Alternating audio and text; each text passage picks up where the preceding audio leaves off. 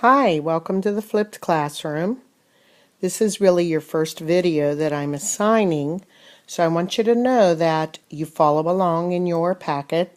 This year it happens to be yellow, page 29, and anytime you need to stop or rewind the video, you're free to do that. Today's lesson is called The Distance Between Two Rational Numbers, and there was an entrance task here that said watch a brain pop video. We won't be doing that in this video. So let's move on to our vocabulary. Take a minute and write down these definitions, please. Just to review, adding integers with different signs, you subtract and take the sign of the larger absolute value. Remember, we showed that subtraction gets shown with overlapping arrows. If the two integers have the same sign, the arrows do not overlap, and you add and keep the sign. Subtracting integers, we had just gone over that. When you subtract, you add the opposite. And we had a little mnemonic to remember that. Keep, change, change. Today we're talking about the distance between two numbers, and it turns out that distance is always positive. Now you could have a change in elevation or a change in temperature that could be either positive or negative, but distance is always positive. Therefore, we have this formula for two rational numbers, P and Q. The distance between them is the absolute value of P take away Q. Distance is a subtraction. Distance, difference.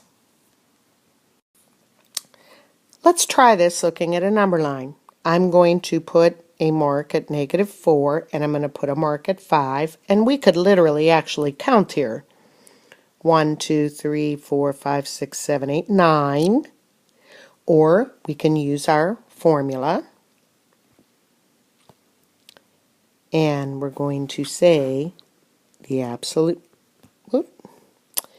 we're going to say, I'm going to make my point a little bit smaller here. There we go. The absolute value of -4 take away 5. So that's going to be -4 take away 5 is -4 plus -5, all in an absolute value, is the absolute value of -9, which in fact is 9. Then they show you over here on the right, what is the distance between 5 and -4? Well, they're just going to point out to you that you're going to get the exact same answer of 9, because 5 take away -4 is in fact also the absolute value of 9, which is 9.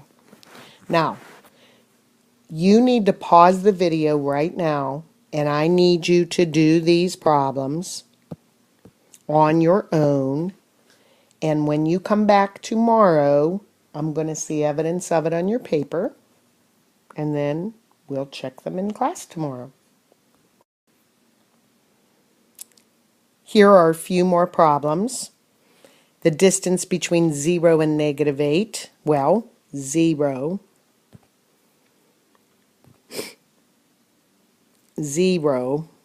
take away -8 is just going to be 8. You could verify that on the number line if you wanted. The distance between -2 and -1 1/2 is keep, change, change. -2 plus 1 1/2 is going to be the absolute value. That distance would be 1/2. And then finally the last one, -6 take away -10. -6 plus 10, that distance is going to be 4. And again, all of those you could verify on the number line if you need to. Here's a word problem. A hiker started hiking the beginning of a trail at a point 200 feet below sea level. So let's make a little sea level. 200, that's going to be negative because it's below sea level. He hikes to a location 580 feet above. So I'm going to be going hiking in a few weeks, and it's going to be a long, long way. He's going to stop there at lunch. What's the vertical distance between 200 feet below and 500 feet above? You can see right from the picture, those arrows are not overlapping. You're going to have to add, well, the formula itself will say 580, take away negative 200, which is going to be 780, always positive, 780 feet. How is that interpreted? That would be interpreted as distance hiked.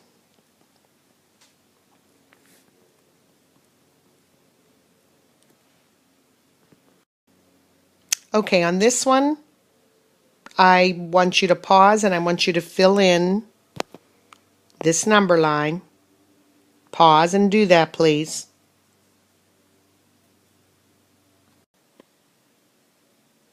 Okay, I think you can see from the picture that this is, even though this time the hiker is going down the mountain,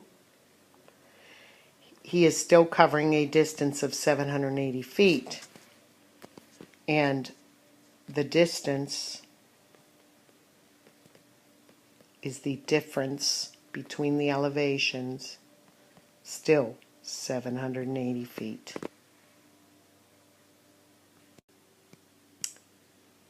The distance between a negative number and a positive number is 12.5. What are the numbers? So I'm going to call the negative number P. I'm going to call the positive number Q. Oops, it's not going to be an addition because it's distance. It's going to be a subtraction.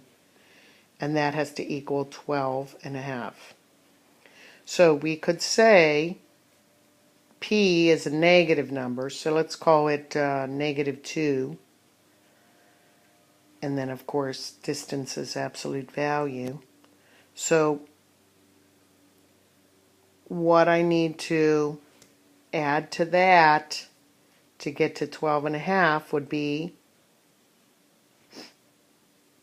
positive 10.5. So I'm calling this 10.5. I'm calling this negative 2.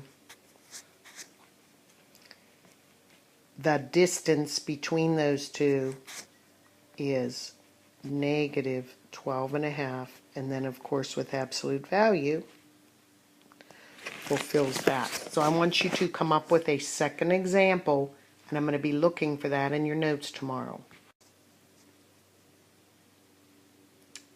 We're going to skip number 4 and number 5. Actually, we'll do let's skip 4 and 5 for now. We might maybe do them in class, but number 6. Burley is the first person to finish a 5K race and is standing 15 feet beyond the finish line.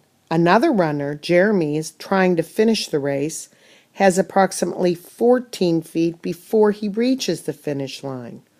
What is the minimum possible distance between Beryl and Jeremy? So I'm going to make a picture here, and I'm going to call that the finish line. That will be like our 0.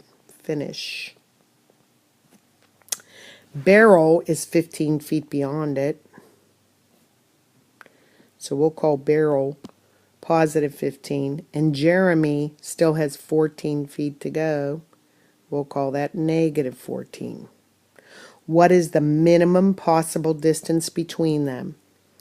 I think again you can see here. Oops, sorry about that.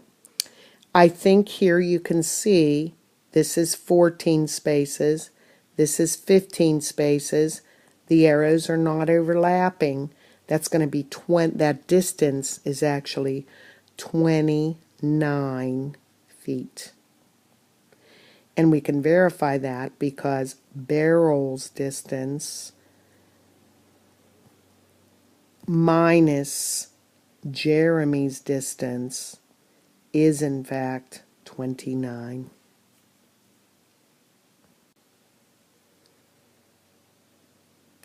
What is the change in elevation from 140 feet above sea level to 40 feet below sea level?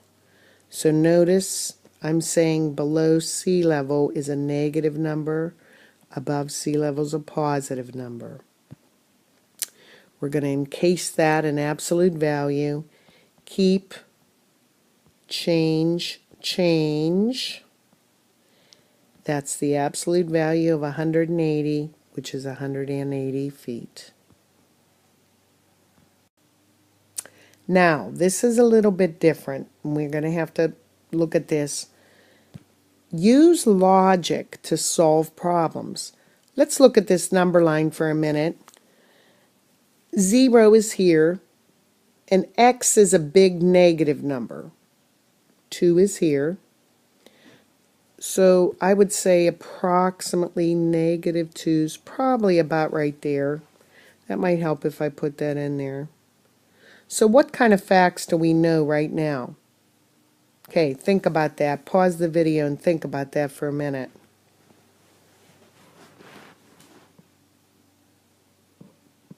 Okay, I think certainly there's a few things we can conclude here. Y is bigger than 2. X is more negative than negative 2. And because 2's here, let's just put in 4.